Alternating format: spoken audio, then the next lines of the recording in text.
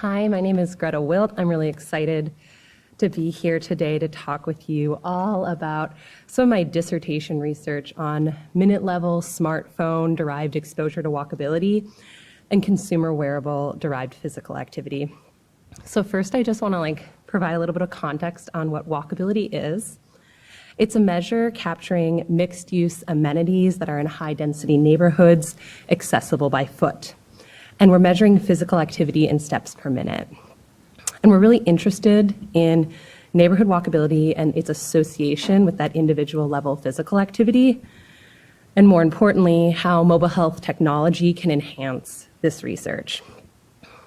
And so I don't think I need to make the case for you guys here today, but why it's so important in population health and environmental health research to be thinking about mobile health data is that typically we rely on residential data, which is just an arbitrary buffer distance around a home, not really on that actual relationship of interest. And this leads to a lot of error in our studies. So how can we utilize this minute-level data to estimate biases in aggregated residential exposures? Well, we can use mobility data. This is some of my own personal mobility data from around Boston. We know how easy it is to collect smartphone and Fitbit data and utilize this GPS data to actually derive an activity space pattern of where an individual goes throughout a day, throughout a general week, etc. So what we did is we have a really large cohort of nurses, over 50,000 of them, and we sampled 500 and gave them all a Fitbit and a smartphone application. We determined that there was acceptable data quality in 337, which leads to around 640,000 individual data points. And these are 4 week-long sampling periods over an entire year. Next, I constructed a walkability index using census data, population density data, business density data, as well as intersection density data based off of road networks, and we extracted interstates because hopefully no one is walking on those.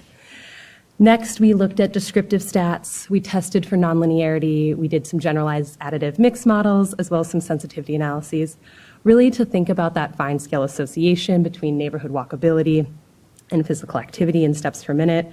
We can address biases this way from epidemiology and geography perspectives.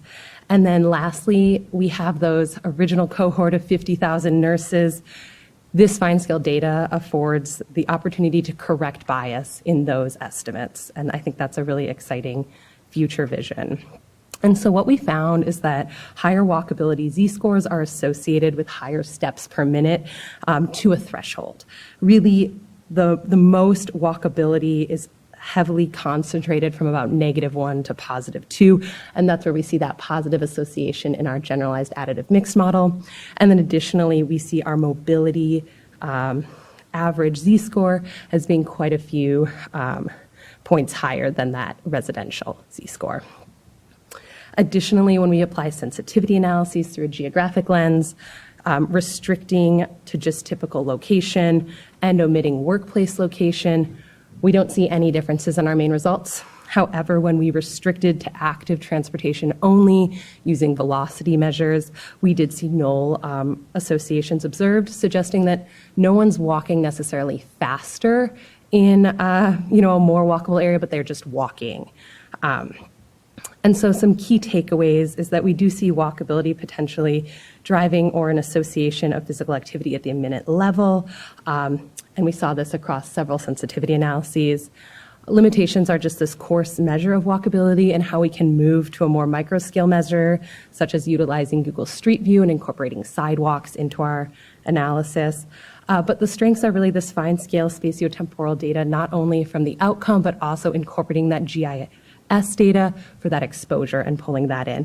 And so for the future, we're really excited about measurement correction and incorporating those ecological momentary assessments into this work.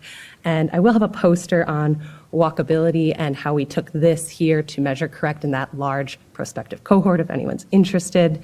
And I think we're running short on time, so thank you all.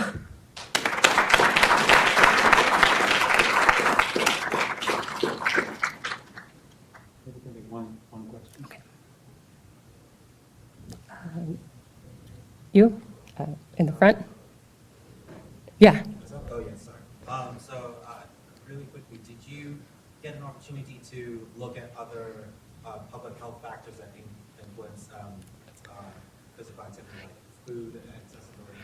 Yeah, so this is those are fully adjusted models. Really, we're interested we primarily looked at walkability in green space, but I think, again, incorporating like food accessibility indices as well into this would be like a really simple next step for expansion, because you do have those, minute level GPS points. And then again, like incorporating that ecological momentary assessment of what they were doing. So we haven't done the food, but we've done some other built environmental factors. Thank you. Thank you very much.